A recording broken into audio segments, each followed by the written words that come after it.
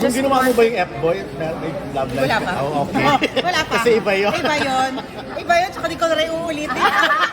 Okay, hindi napatunayan lang ako sa sarili ko career-wise. Tsaka personally, pag iniisip ko, ba't ko nga ba ginawa yun? Meron lang gusto ko patunayan sa sarili ko dati. Pero Pero kami naman gusto namin na ang Di, tapag mo. parang Parang minsan naman, nag-reverse lang ako ng 360. Pakita Pero ng okay na sa akin na napatunayan ko sa sarili ko na matapang din pala ako.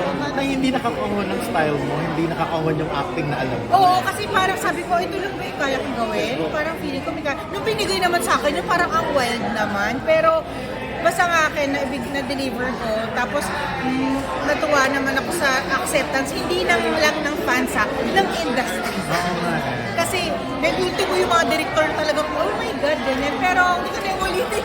Okay na ako. Okay na ako, may na-prove na ako, tsaka masaya na.